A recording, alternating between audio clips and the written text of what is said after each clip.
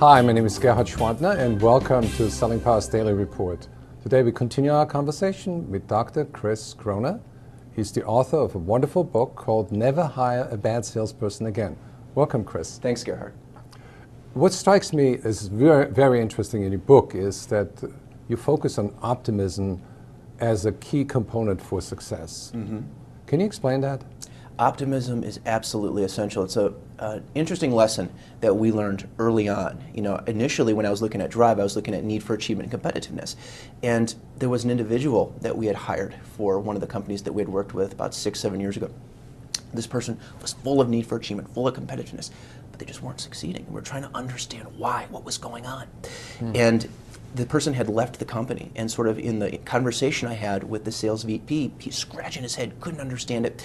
They said, wait a minute, there was a meeting the other day where we're sitting around the table and we're talking about a prospect that just didn't want to buy from us. And this person who had since left the company had said, you know what, I don't want to focus on this anymore. Let's focus on someone who wants to buy.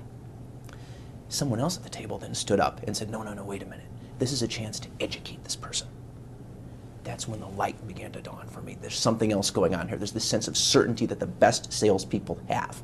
And that was what I began to explore as the final piece of the Drive model. You know, a person can have all the desire to succeed in the world, but if they really don't believe deep down that they can do it, it doesn't matter. So do you believe in the old saying, what the mind can conceive and believe it can achieve? Absolutely. Is that positive visualization? All of those things go into it. Really, there are really two sides to it. The person has this absolute certainty that they're going to win. They picture themselves winning. Think of a visualization in sports, for example. It's the same sort of phenomenon. They visualize the meeting going well. It's like before I walked in here, you know, I visualized us connecting really well, and I think we've done that. Similarly, they're resilient. When the door gets slammed in their face, that's fine, because surely the next time they will succeed. Chris, how to get people optimistic? What is it? Is it impulse? Is it something that you can train for? It's very difficult to train someone to become optimistic. Essentially, you've got to put the person on the couch. There needs to be some therapy done, really. Most companies do not have the money to invest to make someone optimistic, to help them see how it's going to get better tomorrow. Essentially, you need to look for those people at the beginning of your hiring process rather than to try to make your team optimistic. That's a long road. So you need to be very careful about finding optimistic people rather than trying to make them optimistic. What causes negativity? Negativity is typically caused by, well, really a couple things. It's kind of the old nature-nurture model. You know, you have someone who's wired in more of a neurotic way, grows up learning that they can't succeed or having the door slammed in their face and reacts to that negatively, and it sort of creates a vicious circle, if you will, throughout their life. And that plays out day after day after day at work. And so sales is really not a good place to have someone with that sort of mindset. I wrote an article once called Woody Allen on a Cold Call, and you can sort of picture that happening and kind of picture the ultimate, you know, scared person, you know, in that cold call situation. So what about training programs like Tony Robbins' Unlimited Power? Can people learn optimism there?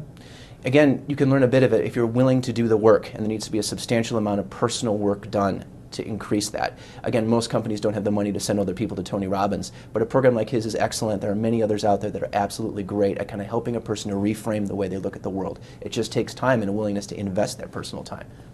So the final question is, how can people transform and evolve into a more effective, in a more driven, and in a more optimistic state of being? That's kind of the sad part, is there's not much we can do to improve it. And that's the thing about Drive.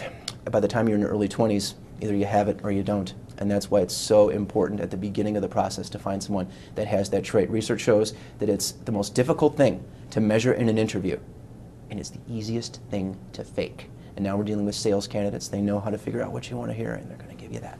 So you need to be very careful to find those people up front, to ask the right questions, use the right testing tools. So that's why you are in the business where you give people the opportunity to test drive a candidate so the candidates won't take them for a ride. Exactly. Very well said, sir. Thank you, Chris. Thank you, Chris. And if any one of you wants to learn more about Dr. Chris Kroner, go to the website salesdrive.info. Thanks, Gerhard.